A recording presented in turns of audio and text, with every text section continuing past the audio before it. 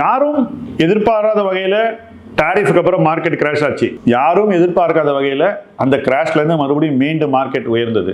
இது மாதிரி ஒரு காலகட்டத்தில் எல்லாருக்குமே வரக்கூடிய ஒரு நியாயமான குழப்பம், புதுசாக பணத்தை எங்கே போடுறது, ஏற்கனவே போட்ட பணத்தை என்ன பண்றது, இப்போ நம்ம கிட்ட இருக்கிற போர்ட்ஃபோலியோ சரியான போர்ட்ஃபோலியோவா, உலகமே தலைகீழா புரட்டி போடக்கூடிய மாற்றங்கள் வரும்போது நாம போன வருஷம் பண்ண இன்வெஸ்ட்மெண்ட்ஸ்லாம் அடுத்த வருஷம் நல்லா பர்ஃபார்ம் பண்ணுமா, நாம தொடர்ந்து நிறைய பணத்தை இன்வெஸ்ட் பண்ணிட்டு வரோமே, கொஞ்சம் காசோட ஆரம்பிச்சு இன்னைக்கு நிறைய காசை போடுறோமே, நம்ம ரைட் டைரக்ஷன்ல தான் போயிட்டு இருக்குமா, இன்னும் கொஞ்சம் சீரியஸா நம்ம இன்வெஸ்ட்மெண்ட் பண்ணணும்னாக்கா என்ன செய்யலாம், இப்படி பல கேள்விகள் உங்களுக்கு வரலாம். இந்த கேள்விகளுக்கான விடையை நீங்கள் நேரடியாக எங்க கிட்ட ask milestones to wealth anything என்ற ஹெல்ப்லைன் மூலமாக கேட்டுக்கொள்ளலாம். அதன் மூலமாக உங்களுக்கு உங்க கேள்விக்கான விடையும் கிடைக்கும், உங்களுடைய டவுட்ஸ் கிளியர் ஆகும், உங்க மைண்ட்ல இருக்கக்கூடிய அச்சங்களை நீங்கள் ஸ்லோவா ஓவர் கம் பண்ணலாம். இந்த மார்க்கெட்ல இன்னும் ஒரு கான்ஃபிடென்ட் இன்வெஸ்டராக நீங்க பயணிக்க வேண்டும்.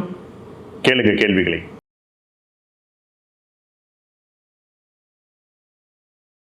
ஃப்ரெண்ட்ஸ், இந்த முதலீட்டுக்களம் பதிவில் நாம் பேச போகிற தலைப்பு, இது சரியான நேரமா? எதுக்கு? இந்த கேள்வி தானே உங்களுக்கு எழுது.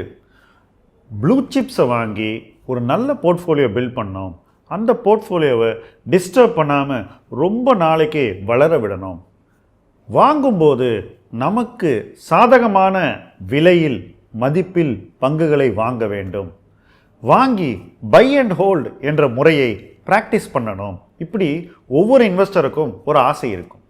ஆனால் ப்ராக்டிக்கலாக எல்லாரும் என்ன பண்ணுறாங்க, எந்த விலையில் வேணால் ப்ளூ சிப்பை வாங்கலாம் அப்படின்னு நம்புகிறாங்க.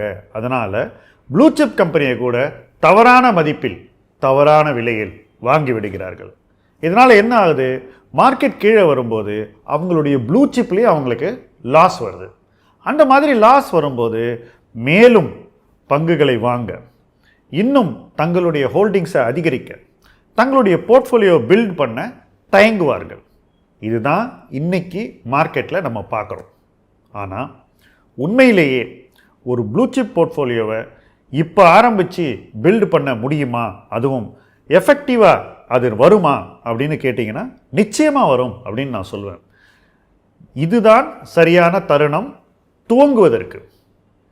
அப்படின்னா என்ன, எல்லா காசையும் நாளை காலையில் கொண்டு போய் ப்ளூ சிப் ஸ்டாக்கில் போட்டு ஒரே நாளில் போர்ட்ஃபோலியோவை பில்ட் பண்ணக்கூடாது.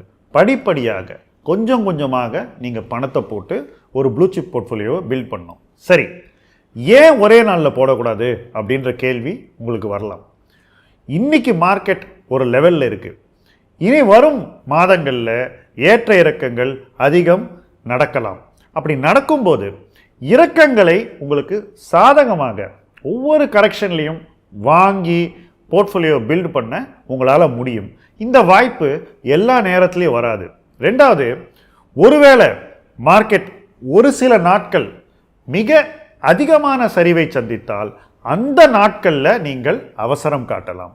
ஸோ ப்ளூ சிப்பை எப்படி பில்ட் பண்ணோம் அப்படிங்கிறதுக்கு ஒரு சின்ன பிளே புக் தான் நம்ம இந்த இடத்துல கொடுத்துருக்கோம். அடுத்த விஷயம், ஒவ்வொரு கம்பெனியும் என்ன மதிப்பில் வாங்க வேண்டும் என்ற ஒரு தெளிவு இருக்க வேண்டும். இந்த கம்பெனி இந்த மதிப்பில் நான் வாங்கினா எனக்கு சாதகமாக இருக்கும் அப்படின்னு ஒரு அளவுகோல் இருக்க வேண்டும்.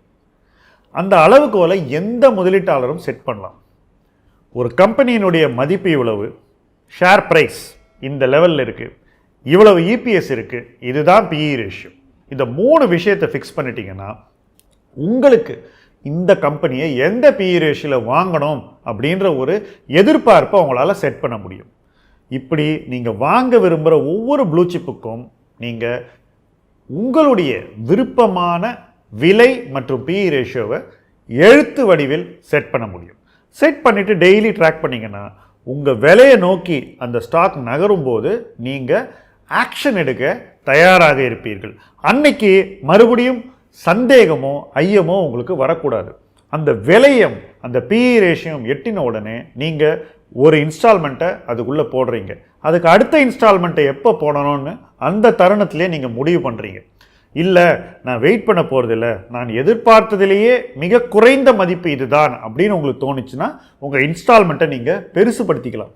இப்படி ஒவ்வொரு தவணையாக ஒவ்வொரு பங்கிலும் முதலீடு செய்து ஒரு ப்ளூ சிப் போர்ட்ஃபோலியோவை கவனமாக பில்ட் பண்ணணும். ஏன்னா நீங்கள் வாங்கிறத நீங்கள் ரொம்ப நாளைக்கு வச்சுக்கணும் அப்படிங்கிறது தான் உங்களுடைய நோக்கம்.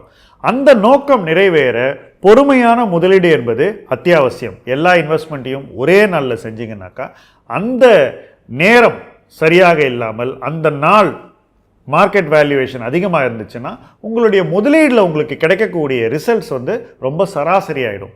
வேறஸ் நீங்கள் படிப்படியாக தவணை மூலம் ஒவ்வொரு இன்ஸ்டால்மெண்ட்லேயும் பார்த்து பங்குகளை வாங்கினீங்கன்னாக்கா மதிப்பு சார்ந்து அந்த பங்குகளை வாங்கும் பயிற்சி உங்களுக்கு ஏற்படும்.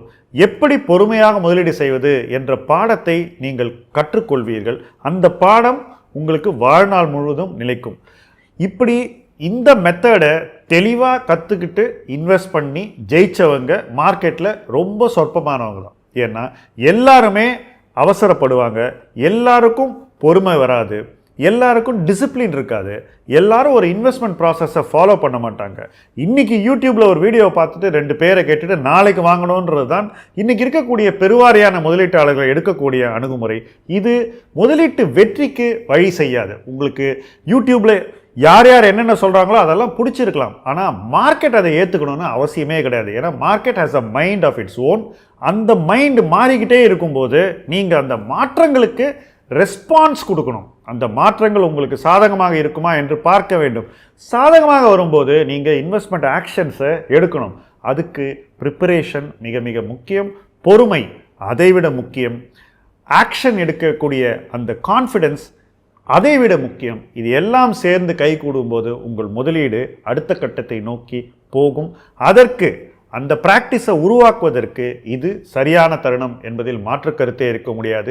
இந்த தருணத்தில் துவங்கி உங்கள் முதலீட்டை நீங்கள் புதுப்பித்து கொண்டால் உங்கள் முதலீட்டு அனுபவமும் உங்கள் வெற்றியும் உறுதியாக நிலைக்கும். முதலீட்டுக்களம் அந்த பயணத்தில் உங்களோடு இருக்கும் என்று உறுதி செய்கிறேன். முதலீட்டுக்களம் உங்கள் களம். நன்றி.